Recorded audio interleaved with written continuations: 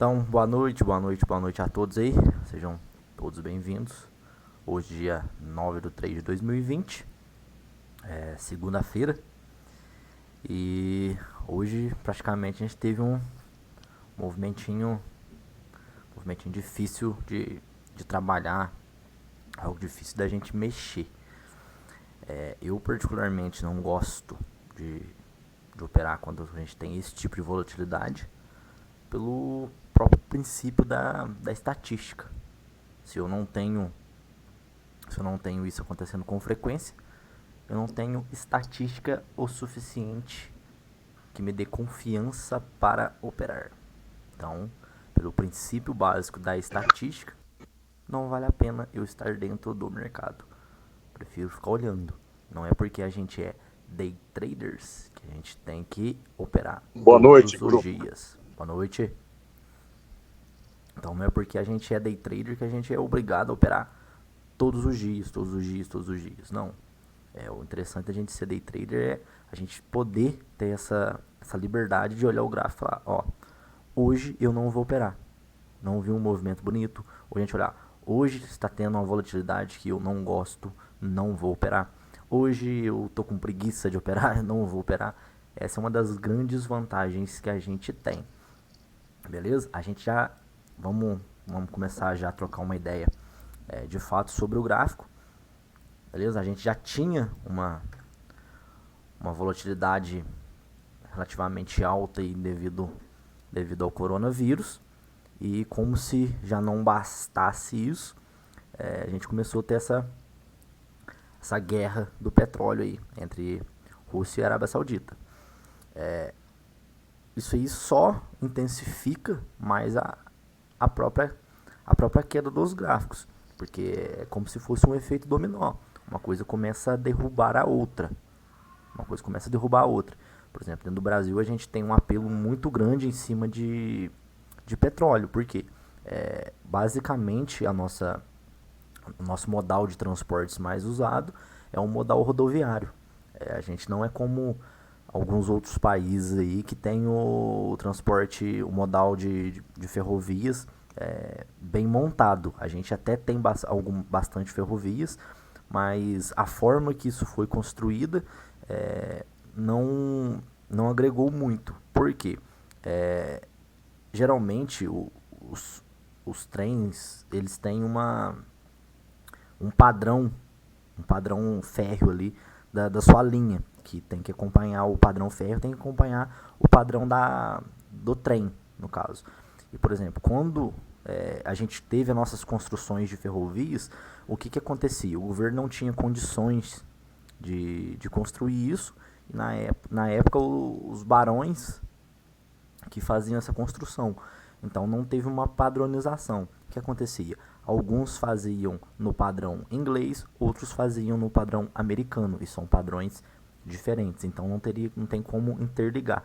Tem que destruir um pouco e reconstruir tudo com o mesmo padrão para a gente conseguir ter a interligação com essas linhas férreas.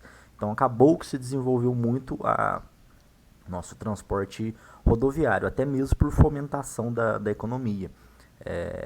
Os governos anteriores, quando eu digo anteriores, bem anteriores mesmo, fomentaram bastante a tomada de crédito para que se desenvolvesse esse modal rodoviário, que a gente sabe que é um modal muito caro, é um modal bem caro se comparado à ferrovia, e que a gente vê que pode acarretar vários problemas aí, como a gente viu na greve dos caminhoneiros. Como a gente tem um modal rodoviário muito forte, então a gente acaba tendo um apelo muito forte em cima de petróleo. Então, quando a gente tem algum impacto importante sobre o petróleo, a gente tem um impacto muito grande em toda a cadeia produtiva do país todo. Todo o país vai ser afetado, certo? Mas a gente tem que esperar um tempo até isso sair do primeiro impacto ali, até desencadear isso vai demorar algum tempinho. A política de preços da Petrobras agora, dizem, né, sempre disseram que é sobre o preço internacional, Então agora a gente vai realmente descobrir se eles vão realmente adotar. Porque enquanto estava para cima, estava sendo adotado. Vamos descobrir agora quando o preço abaixa um patamar legal aí em percentuais, se a gasolina na bomba também vai reduzir esse percentual, que eu acho bem difícil. Pode até reduzir um pouco aí, mas em percentuais iguais acho bem difícil. Beleza? Então, como a gente tem esse impacto em cima de petróleo, basicamente todas as empresas do Brasil serão afetadas. Então, isso tende a afetar toda a cadeia produtiva, vai afetar todos os papéis da bolsa. Algumas em curto prazo, algumas em longo prazo, algumas em médio prazo. Ponto. Isso é fato. Então a gente já tinha um impacto industrial por conta do corona, que a China não estava produzindo o suficiente para distribuir para outros países. Agora a gente tem esse impacto da guerra do petróleo. A gente já vinha falando, por exemplo, eu já vinha falando de topo há bastante tempo, já estava zerado em ações há bastante tempo. Porque eu achava que já tinha andado uma quantidade suficiente que necessitaria de uma correção. E quando a gente tem dois impactos muito fortes, vai ter essa derretida do preço, certo? E a gente tem que pensar o seguinte, quanto tempo a gente ainda quer estar trabalhando com o mercado, operando o mercado, seja ele mercado futuro ou seja ele mercado à vista. Eu quero estar mais 10, 20 anos, enquanto saúde eu tiver, eu ainda quero continuar operando. Então, eu prefiro evitar alguns tipos de movimento. Beleza? Prefiro evitar esse tipo de volatilidade por conta do risco que isso traz. Acaba que aquele velho ditado lá que o pessoal faz uma alusão, uma comparação aí ao Alto da Compadecida. O cara fala, não aguento mais esse negócio de ficar rico, ficar pobre, ficar rico, ficar pobre, ficar rico. É basicamente isso que acontece. Ou a gente ganha muita grana, ou a gente perde muita grana. Eu prefiro o mercado quando o mercado está um pouco mais calmo, que eu consigo prever um pouco mais o movimento, prever a direção, conseguir enxergar a tendência de uma maneira mais simples, beleza? Principalmente no day trader. Ó o microfone, hein, galera? Principalmente quando a gente se fala em day traders. A gente não pode esquecer que a gente está no mercado extremamente alavancado. É um mercado com alavancagem muito alta. Então, poucos contratos, a gente gira muito dinheiro. Quando a gente está com uma alavancagem muito alta, a gente corre um risco muito alto de quebrar a conta. A gente pode quebrar a conta com uma certa facilidade, certo? Então, junta a pessoa está no começo de uma carreira, não tem a noção, nunca passou por um circuit break, então não consegue ter essa experiência, necessita passar por essa experiência. Geralmente a pessoa vai ter uma conta reduzida, não tem uma conta tão grande, não tem experiência necessária, ou seja, é algo bem complicado. Teve, por exemplo, muita gente hoje me chamou perguntando, nossa, hoje você deve ter lavado a égua, ganhar dinheiro pra caramba, porque você opera pesado, esses movimentos grandes aí. Só que, vamos imaginar, beleza, eu opero muito pesado, mas abriu, já abriu lá embaixo. E aí, o que eu fiz aqui? Eu tô posicionado? Não, então o que eu ganhei aqui? Nada. Mercado lateralizado, não teve tendência, mercado sem tendência. Eu não opero range, então eu não entro. Teve até alguns momentos gráficos que eu poderia ter pensado em fazer uma operação. Entretanto, quando a gente não pode esquecer, o preço desconta tudo, exceto atos de Deus. Então isso do petróleo não é um ato de Deus, mas dentro do day trade é como se fosse um ato de Deus. Porque vai dar uma pancada gigantesca, cara, que você vai se arrebentar todo. Você não sabe o que pode acontecer. Então a gente tem que tomar cuidado. Nesse tipo de movimento. Quando a gente tem esse tipo de notícia, esse tipo de impacto, os padrões gráficos não são confiáveis. Não dá para se confiar em padrão gráfico quando a gente tem esse tipo de volatilidade por esse tipo de movimento. O impacto é muito grande, a gente não sabe que o investidor, que o entre aspas, que a galera sempre fala que o big player está pensando. A gente nunca vai saber. Um pode estar pensando em comprar, outro pode estar pensando em vender, depende da abordagem que vai ser usada. Então, para day trade é muito arriscado. Pode dar uma pancada gigantesca. Eu já escutei muita bobagem, Ah, o mercado não pode cair mais de 10%. A galera parece que quer escutar só o que lhe convém. Se o mercado não pode cair mais de 10%, por que fizeram a regra dos 15% e dos 20%? Mas se não vai cair mais de 10%, para que não precisa fazer mais duas regras. Caiu 10%, você compra. Não pode cair mais. E aí? Aqui já tinha caído os 10%. O que aconteceu aqui, ó?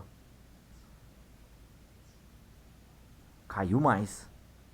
A bolsa, da onde era a marca que não poderia cair mais, ó. Caiu mais 2 e uns quebrados, quase 3%. Porque a B3 foi lá, aumentou mais um pouquinho a oscilação permitida. Teria que ser até 15, que é a regra. Mas não fizeram, não cumpriram a regra da forma que tem que ser feita, porque tinha uma pressão de venda gigantesca. A pressão de venda estava gigantesca. Agora a galera vê uma coisinha ou outra ali, que um boatozinho, não procura saber o que é a regra realmente. Não corre atrás. É só ir na B3. Entra no site da B3, procura o tópico. Lá vai estar exemplificado, explicado da forma mais clara possível. Então, hoje eu falei assim, ó. Não vou operar. Não vou operar. Vou só olhar gráfico. Subiu 5, 10, 15, 20, 30 mil pontos. Caiu 5, 10, 15, 20, 30 mil pontos. Tô nem aí. Deixa o mercado passar essa volatilidade. Porque a gente não consegue prever padrões gráficos em cima desse tipo de movimento. Os padrões não têm confiança. A gente não consegue confiar nos movimentos. Se eu não tenho confiança no movimento, cara, a gente trabalha em cima de estatística. Os movimentos têm uma estatística ali. Mas a gente não pode esquecer que a gente está numa volatilidade muito escrota. A gente já estava vindo de um impacto, de uma notícia. Agora, mais outro impacto, ou seja, as coisas vão se somando. A gente está vendo o mercado aqui no Ibovespa, ó, perdeu um suporte atrás do outro. Opa. Ó, perdendo um suporte atrás do outro. Perdeu um, perdeu outro, perdeu outro, perdeu outro. Aqui a gente vai levar em critério, ah não, chegou esticado no suporte, vou comprar. Cara, a gente tá em cima de notícia. A gente tá em cima de um impacto global. Então não tem isso. Então não vai ter esse tipo de respeito. A gente não precisa esperar esse tipo de respeito. Até para quem é profissional é complicado operar. Por quê? Vamos pegar o gráficozinho aqui pra gente olhar a volatilidade histórica. O tanto que a volatilidade aumentou.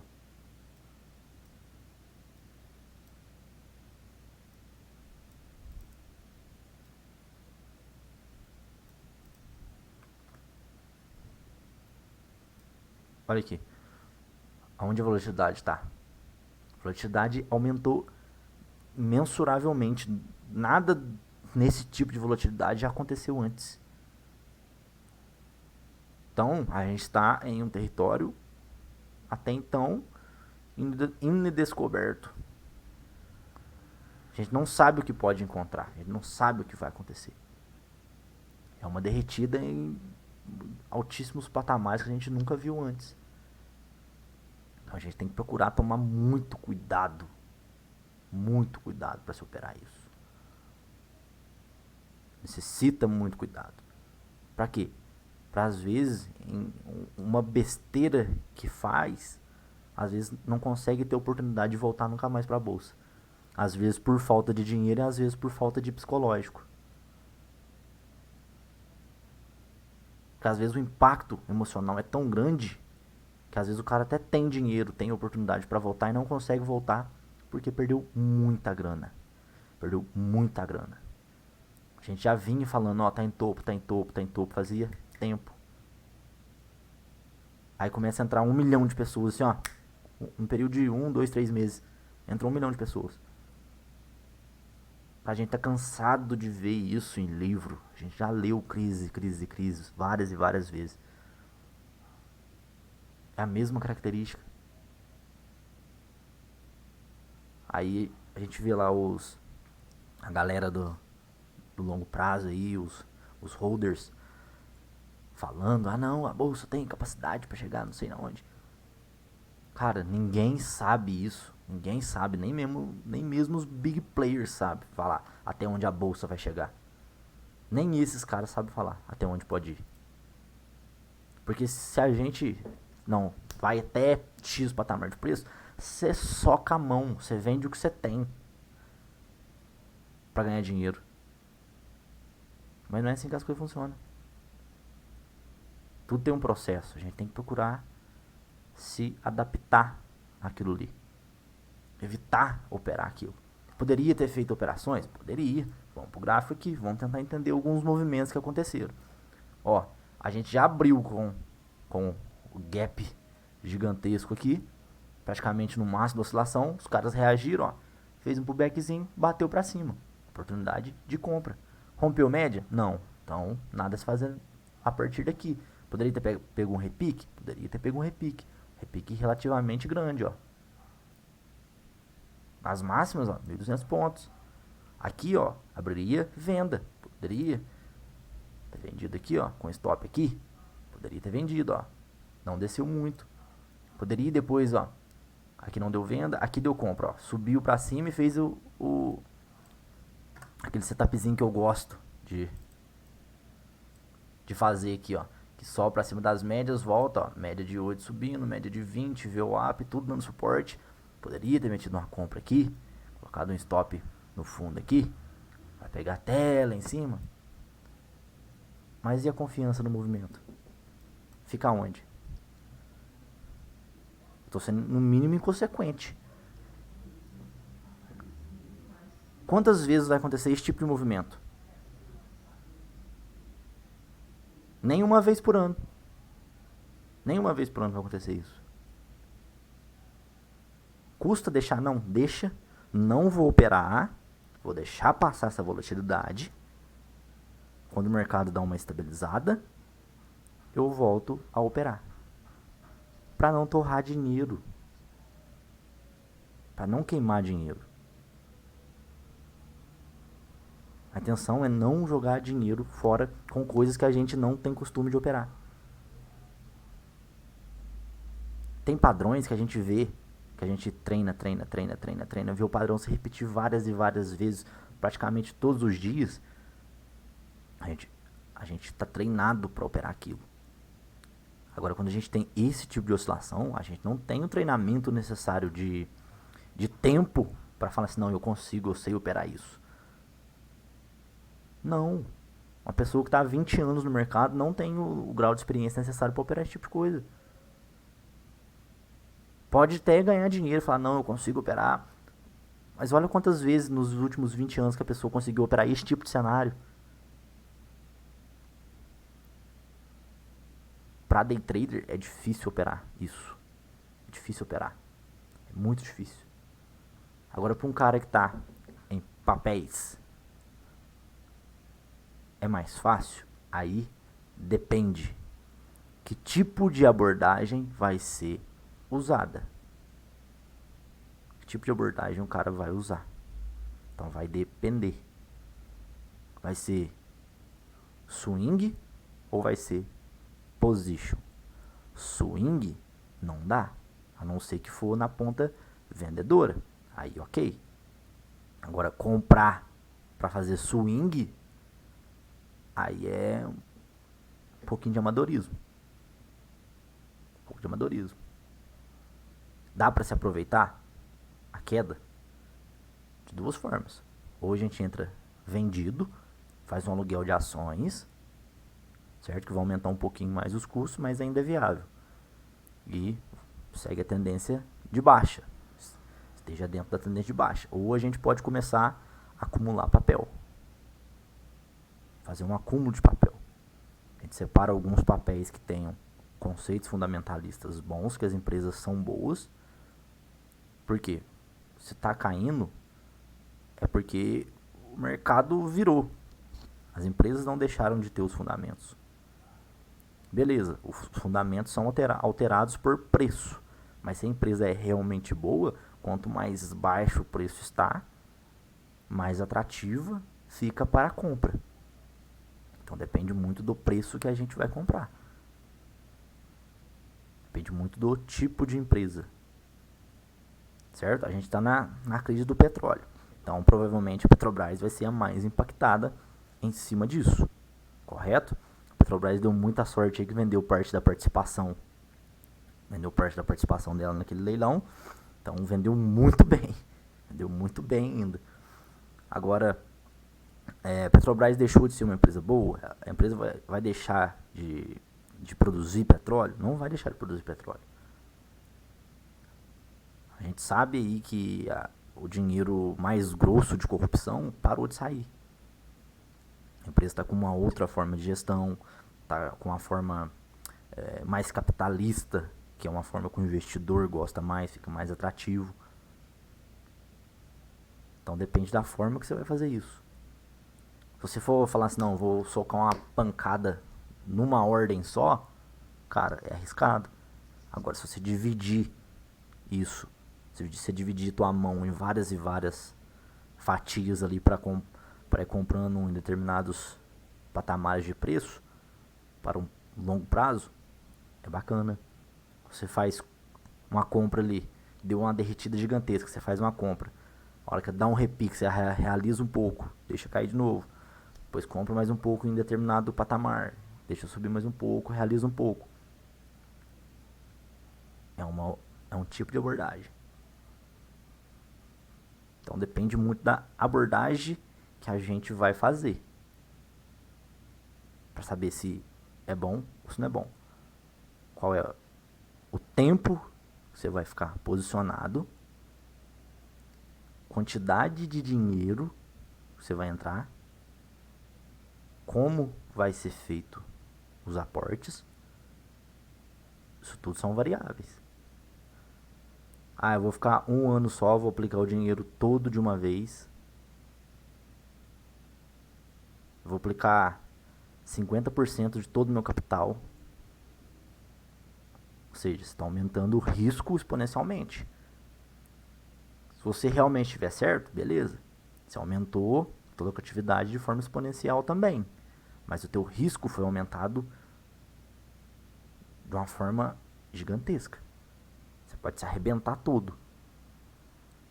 Agora você fala assim, vou da forma que eu fiz em Petro. Comprei um pouco, realizei em torno de 2 para 1. Não me recordo certinho, depois eu tenho que olhar a boleta. Realizei um pouco, 2 para 1. Aí deu a primeira queda do Coronas lá. Deu uma pancada para baixo, eu comprei um pouquinho. Ela subiu, realizei mais um pouco no entorno de 2 para 1. Ou seja, meus investimentos iniciais foram retirados. O que sobrou no papel foi o lucro. Agora deu mais uma esticada, comprei mais um pouquinho.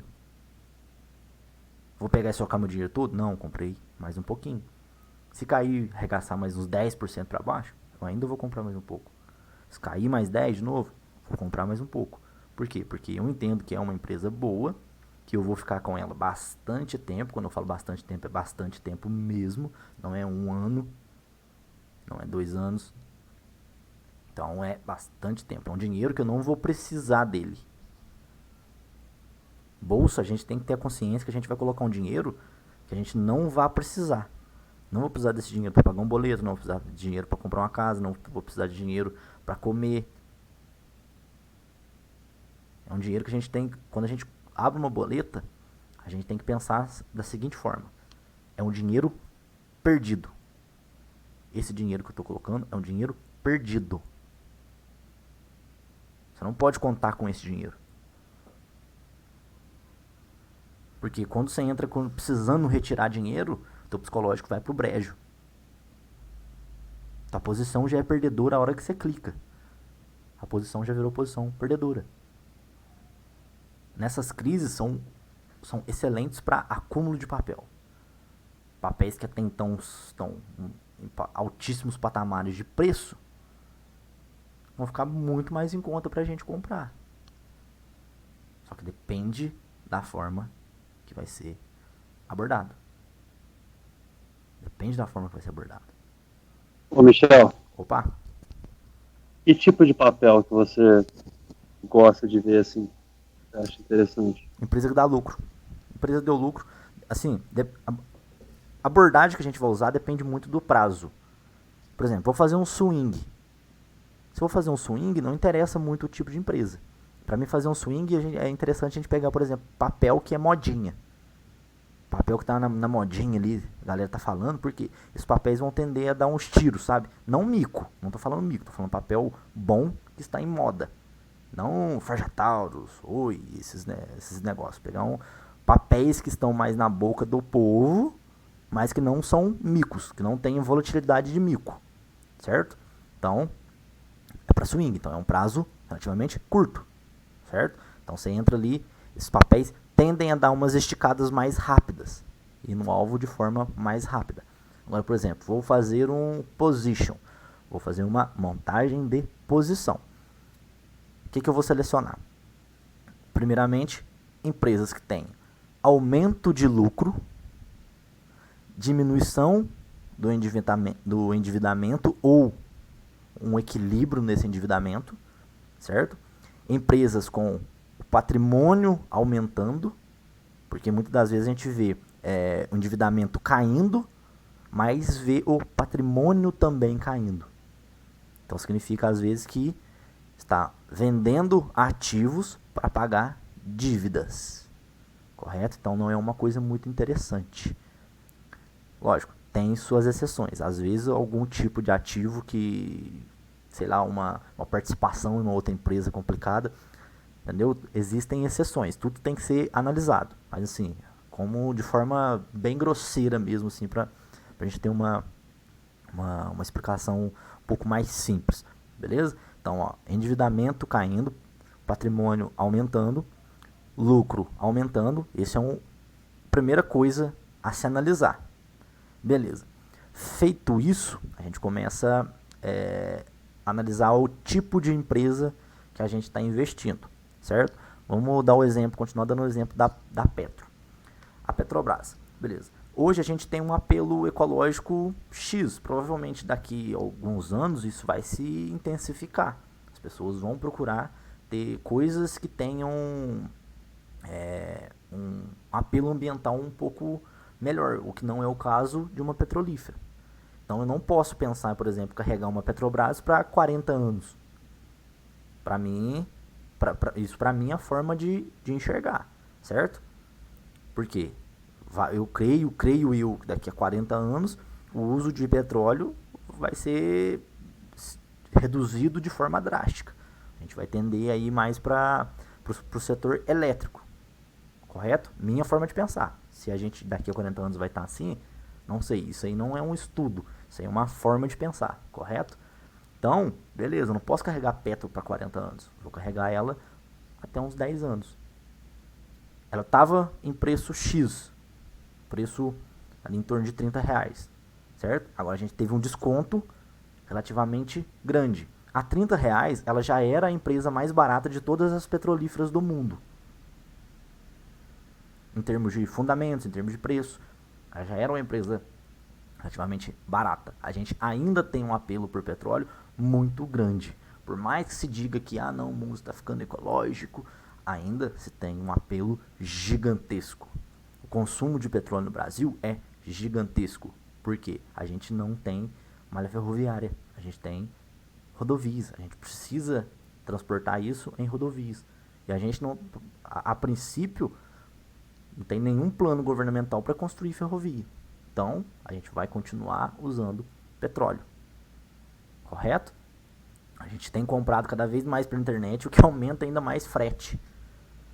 Então, daqui a 10 anos, creio que a Petrobras ainda vai estar bacana. Os fundamentos da Petrobras é bacana.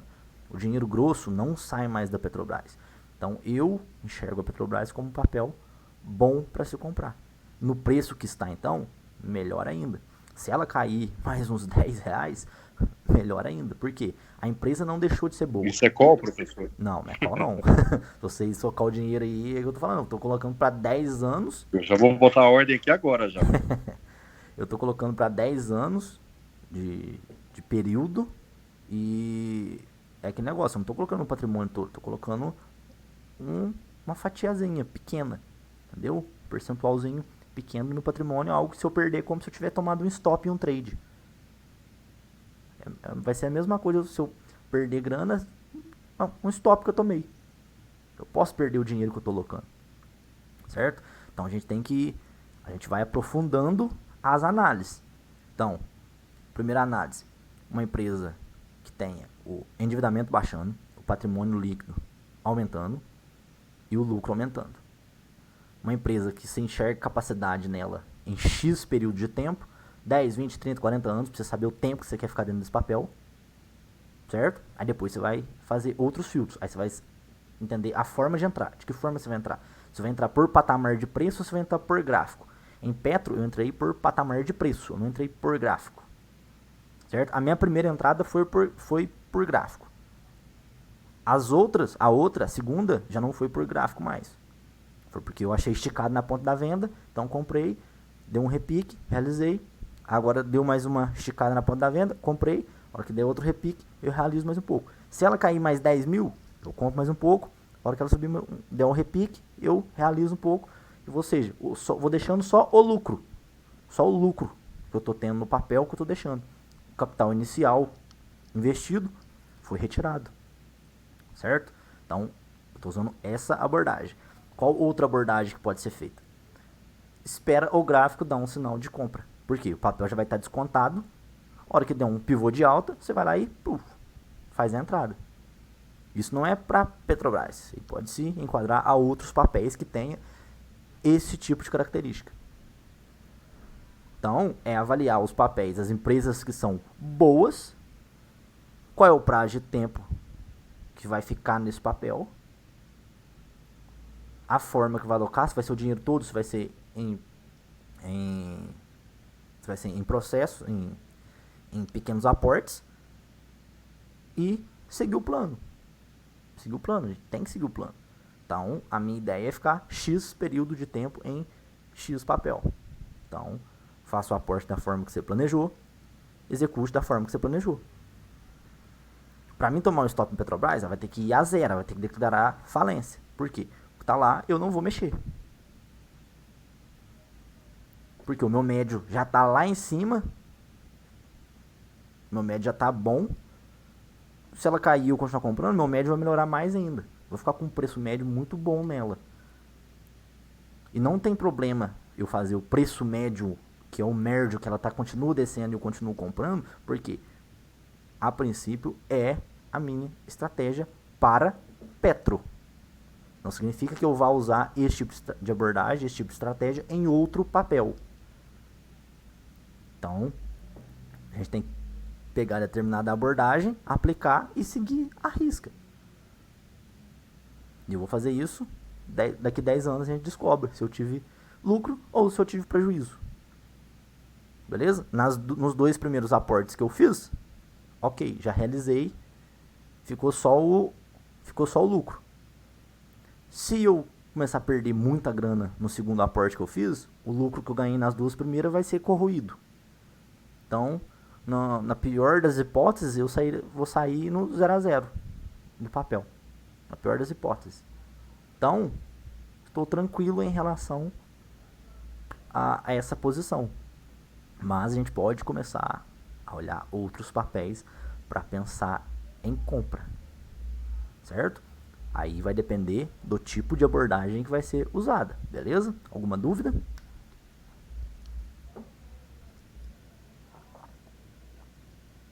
Não, tranquilo, Michel. Tranquilo. Professor, dúvida Ok. não tem não, só um comentário. Diga. Quando o senhor falou que enquanto o senhor tiver saúde e tal, o senhor vai trabalhar 10, 20 anos. Olha, o comentário meu, pessoal. nessa vidinha que o senhor tá aí, não vai dar certo, não, tá? Ou o senhor trata de casar e parar com isso daí, senão o senhor não vai viver muito. É só isso aí mesmo, pode prosseguir a aula aí. Não, mas assim, a minha expectativa é que eu não continuo como day trader por muitos anos.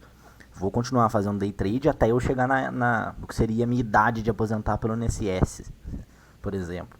Até os meus 50, 60 anos ali, que seria mais ou menos que uma pessoa naturalmente se aposentaria hoje aí. Aí eu, depois disso, ou até mesmo antes disso, para os 40, começar a fazer mais swing, position, para não ficar o dia inteiro na frente do mercado. Beleza? Fazer outras coisas, sei lá, escrever um livro, fazer algo do tipo, mas também relacionado ao mercado. Beleza? Agora vamos dar uma olhadinha aqui no nosso Ibovespa. E só um outro comentário, Michel. Assim, o mercado caiu agora 30 mil pontos, né? Em 15 dias para cá, caiu 30 mil pontos. Olhando por preço, alguns ativos que eu estou vendo aqui, eu vou esquecer gráfico porque está tudo em pivô de baixa, está tudo aquela ladeira abaixo, não tem como nem avaliar direito. Mas olhando pelas empresas, que são empresas boas, que dão resultados bons, se a gente posiciona agora, e o mercado até pode descer mais, igual você falou agora, posicionar na pedra. Se a gente posiciona agora com uma mão pequena, né, e vai fazendo uma posição mais para baixo, se ele descer mais, que na verdade é um preço médio. Não é errado fazer isso a um longo prazo, né?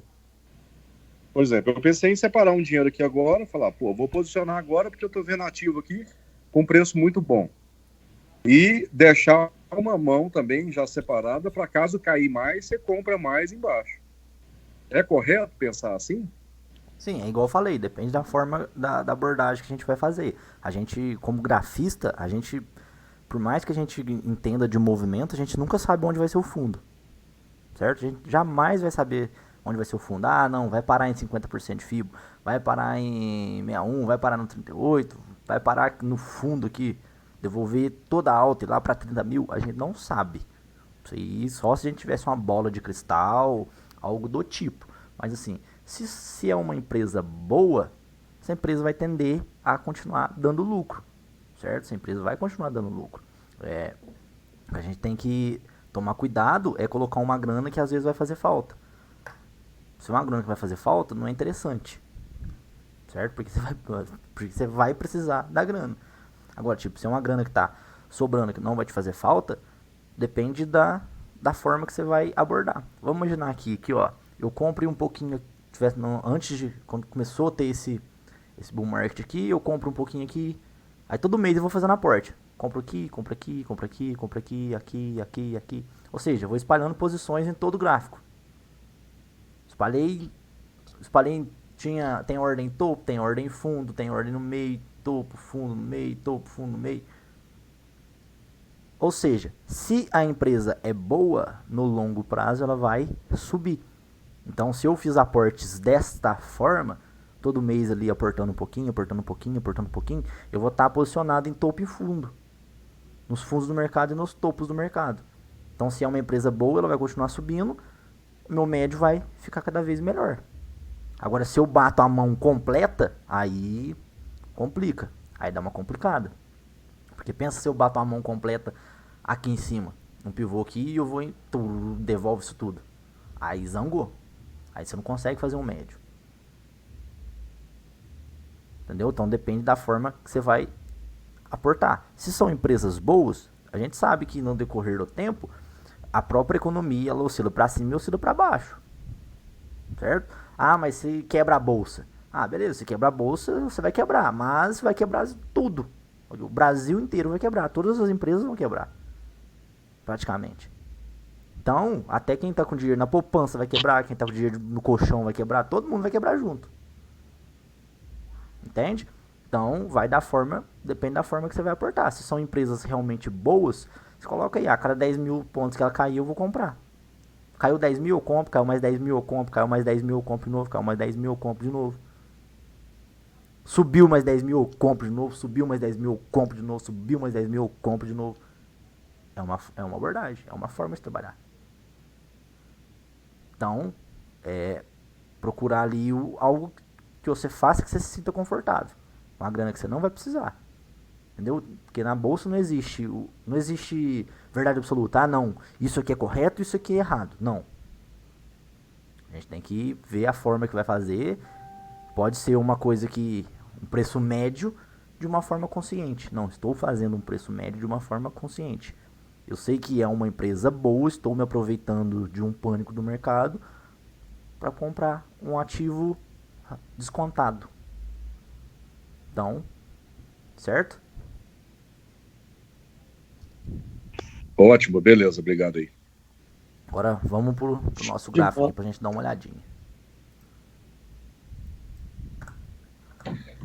Cadê o Jaderson? Tá aí? Ele operou hoje, não? Acho que ele não tá online, tem faculdade, né? Então, Deve ter tomado um loss aí, fugido. Ele não tá nem no curso. vamos lá. Ó, como eu já tinha dito pra vocês, se vocês voltarem várias aulas aí, ó. Falei, ó, tá esticado no semanal. E o natural é que busque a média de 200. Só que a gente nunca saberia aonde ele encontraria essa média de 200. Se seria aqui, seria aqui. Por quê? O preço vai caindo, a média vai recalculando. Então, depende de quanto o preço cai pra gente fazer esse cálculo. Por FIBO, a gente já começou a ter uma correção relativamente bacana. Então, a gente continua ainda o nosso viés de vir corrigir na média de 200. Depois pode passar para baixo? Pode passar para baixo, mas em princípio já tem uma correçãozinha bacana em semanal. O que a gente pode prever, por exemplo, em cima de semanal? Se tocar na média de 200, fizer um pivôzinho de alta e voltar a subir, a gente pode começar a encarteirar novamente. Pode começar a procurar papéis e ir encarteirando. Da mesma forma que a gente pode ir encarteirando na queda aqui, aos pouquinhos. Quanto mais for caindo, a gente vai encarteirando. Só que depende do tipo, como eu tinha falado, depende do tipo de papel e qual é o prazo que a gente vai ficar. Qual é a abordagem que a gente tem em cima disso, beleza? Agora, para mim, já tem uma correção que é mais agradável. É mais agradável se a gente pensar em conceitos de... que eu sempre falei para vocês, que eu prefiro a venda. Por quê? É só olhar o gráfico, vocês vão entender perfeitamente agora, olhando para o gráfico semanal. Por que eu prefiro a venda em relação à compra? Olha quanto tempo demorou para subir e olha quanto tempo que demorou para corrigir. Ou seja, o pânico de venda é imensuravelmente maior. O pânico da venda é muito grande. Quando o negócio começa a derreter, os caras ficam malucos. Principalmente os novatos, esse 1 milhão que entrou aí, nesses últimos 3 meses. Imagina um cara que entrou há 3 meses, pegou um pinguinho de alta aqui e já derreteu tudo. O cara não tem experiência nenhuma. Quem que não apavora? Coloca R$1.000, vê se esses R$1.000 virar pó. Coloca R$100.000, vê se 100 mil virar pó. Todo mundo apavora.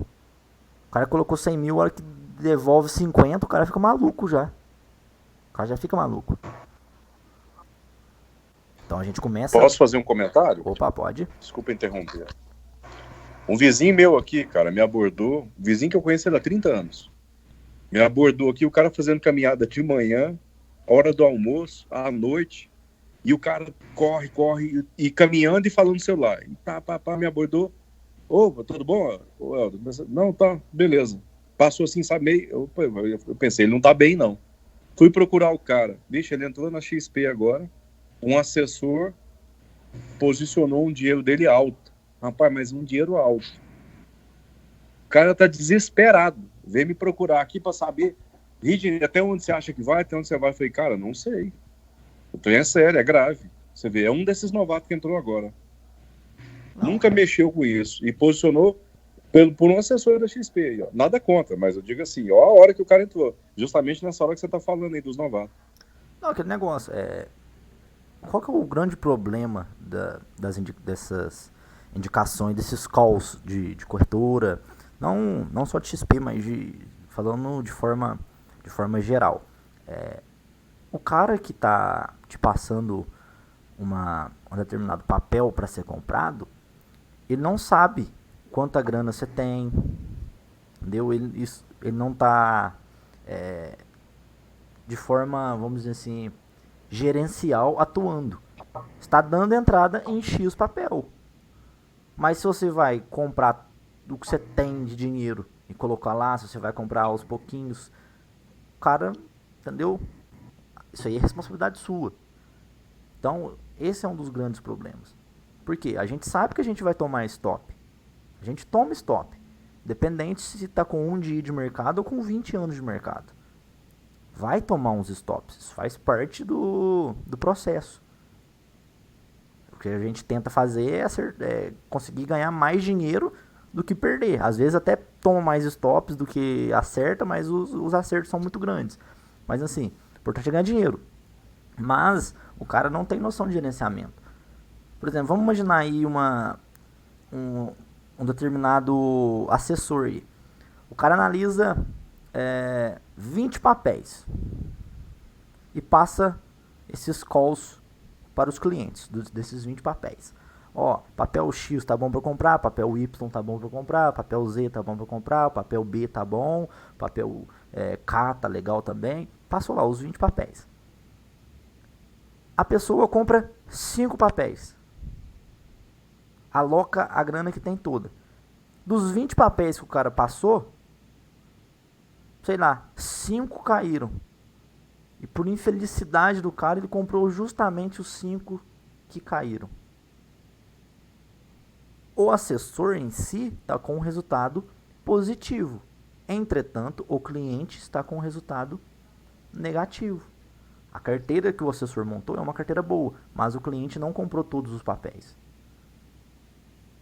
E o cliente também o assessor também deixou de ganhar, porque o assessor ganha em cima do lucro do cliente. Só que o assessor não tem noção do gerenciamento de risco que você está fazendo na sua carteira. Quanto de dinheiro você tem no total, como é que é a tua vida, como que é o seu psicológico. Entendeu? Por isso que eu sou contra o tal do call. Eu acho que a gente tem que saber o que faz com o dinheiro da gente. A gente tem que ter o controle do dinheiro da gente. A gente não pode contar com uma pessoa. Ó, conversei com vocês a respeito de Petro, sobre a abordagem que eu fiz. Se vocês entram agora em Petro e tomam na asa, eu sou culpado? Não posso ser responsabilizado. A pessoa é responsável pelos seus atos. Porque eu já fiz 2 aportes anteriores que já me renderam um lucro. Fiz outro aporte agora, que se me render prejuízo, eu consigo sair no 0 a 0. Entretanto, eu não vou realizar e vou deixar o negócio para um prazo gigantesco. Agora, se você entra hoje e deixa uma ordem lá para daqui 10 anos e não consegue ganhar dinheiro, eu posso fazer o quê? Foi a abordagem que eu usei. Eu aloquei X% do patrimônio que eu tenho. Percentual muito pequeno. Se voltar muito, eu ainda vou estar no 0 a 0. Depois que voltar, eu posso comprar mais e fazer um médio. Eu não sei se você vai ter o dinheiro para fazer um médio. Aí você compra hoje, querendo realizar semana que vem. Você entende? É a mesma coisa de um fundo. Às vezes tem lá um fundo performando super bem. Fundo, sei lá, dá 5% no ano, no outro ano, no mês, depois no outro mês dá 3%, depois no outro mês dá 2%, depois no outro dá mais 3%. Aí o cara vai fazendo aportes pequenos. Aporta R$1.000, depois aporta mais 1.000, aporta mais 1.000. Sei lá, deu um acumulado de 20% de alta de todos os aportes que ele fez. Ele fala, show de bola. Vai lá, aporta 1 milhão de uma vez. Aí o fundo vai lá e tem uma correção. 1 milhão, uma correção de 5%, vai ter muito mais impacto que 10 mil, entendeu? Uma alta de 20%. Aí o cara perde grana. Por quê? Ah, o fundo que é ruim? Não, você que é burro. Você que é burro. O fundo não é ruim, o fundo é bom, o fundo tá performando super bem. O fundo tá fazendo uma correção natural, vai ter correções. Você acha que o Alaska Black não tem correções? Você acha que é só tendência de alta? Pega lá a rentabilidade deles. Aposto que vão ter períodos lá que eles vão cair 10, 15%. Vai acontecer. Só que o call, mesmo um call de um profissional excelente, sendo usado de forma errada, dá prejuízo. Entendeu? Eu vi uma pessoa no grupo maior lá falando esses dias. Ah, eu entrei num grupo aí de um cara aí, do faixa preta do mercado. Fiquei lá 2 dias. O primeiro dia ele tomou pau, o segundo dia tomou pau, depois desanimei. O cara não manja nada de mercado. Talvez o cara até manja. Tem drawdown. Tudo tem drawdown. Então se eu crio uma sala de sinais aí, eu começo a passar sinal pra galera. Se eu tomar uma semana de stop, eu sou um péssimo trader. Tenho um prejuízo de drawdown. Talvez meu prejuízo de drawdown seja 2 semanas. E aí? Às vezes o cara é até ruim mesmo, mas você entende que 2 dias é um período muito pequeno para se levar em conta a capacidade de determinada pessoa para fazer determinada coisa. Então tudo vai depender da forma que é abordado, da forma que é estudado, da forma que é aplicado. Então, sim, acaba que a gente precisa de muitos dados para realmente avaliar uma determinada coisa. Beleza? Pra mim, olhando aqui, a gente começou a ter uma correção bacana no semanal. A gente teve uma correção muito legal aqui. Se a gente olhar de topo, ó, a gente, praticamente em 3 semanas, ó, esses 3 candles aqui, ó, se a gente pegar lá da máxima, vamos dar um zoom aqui pra gente ficar um pouquinho melhor. Ó, se a gente pega da máxima até o fechamento aí, ó, a gente já tem uma queda de praticamente de 25%. Então, tem vários papéis que estão com um preço muito atrativo. Agora você vai socar teu capital tudo num papel só e tudo de uma vez? É burrice. Por quê? Isso aqui continua caindo e busca aqui os 30 mil, os 20 mil. Você não sabe. Quem garante que não vai perder esse fundo aqui? Tudo pode acontecer. Ué. Então, separe empresas boas. Separe X empresas boas. Dessas X empresas boas, fatie o capital para fazer as aplicações. Fatie será umas 5 vezes a cada 10 mil pontos. Correto? Pega 5 mil reais, a cada 10 mil pontos que cair, você compra R$1.000. Separa 5 papéis bons, 10 papéis bons, que estão desconto, que por preço ter caído vão ficar bem descontados, e vai fazendo esses aportes dessa forma. Cada 10 mil pontos que cai, você compra um pouco. Cai mais 10 mil, você compra mais um pouquinho. Você vai ter 50 mil pontos para comprar a partir de agora. Ou seja, é muito ponto para baixo. Você precisa praticamente ter uma recessão gigantesca aí. Ou seja, são ciclos. O mercado vai subir, vai cair, subir, vai cair, vai subir, vai cair. Sempre vai ser assim. A gente tem que procurar aproveitar as oportunidades de forma correta. Porque não adianta nada ter oportunidade e a gente ser burro na forma de aportar. Então vai fazer total diferença. Já caiu bastante? Já caiu bastante. Preciso de uma correção aqui? Preciso de uma correçãozinha aqui. Mas pode bater na 200 e romper e continuar dando uns candles gigantescos aqui pra baixo, pra baixo, pra baixo. A gente não sabe. Por quê? Aqui a gente não tá tendo atuação só de gráfico. A gente tá tendo muito ruído de notícia. Ah, é o corona, é a briga do petróleo. Então, o padrão gráfico acaba que não fica assertivo, não fica um padrão confiável. Então a gente tem que tomar cuidado com esse tipo de abordagem. Beleza? Dúvidas?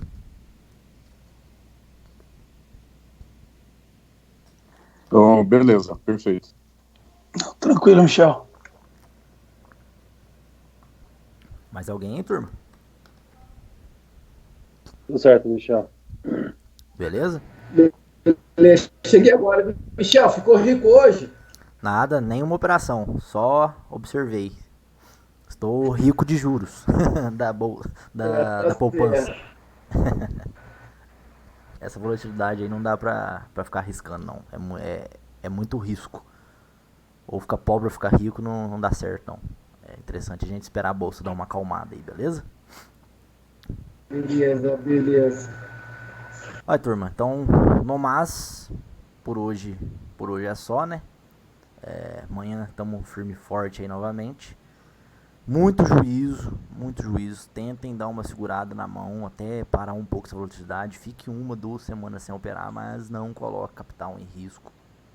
Não tomem risco desnecessário. como operadores de bolsa, a gente tem que tomar risco sim, mas a gente tem que saber calcular esse risco. Quais são os momentos bons para se tomar esse risco. Beleza? Então fiquem todos com Deus aí. Amanhã estamos aí novamente firmes e fortes.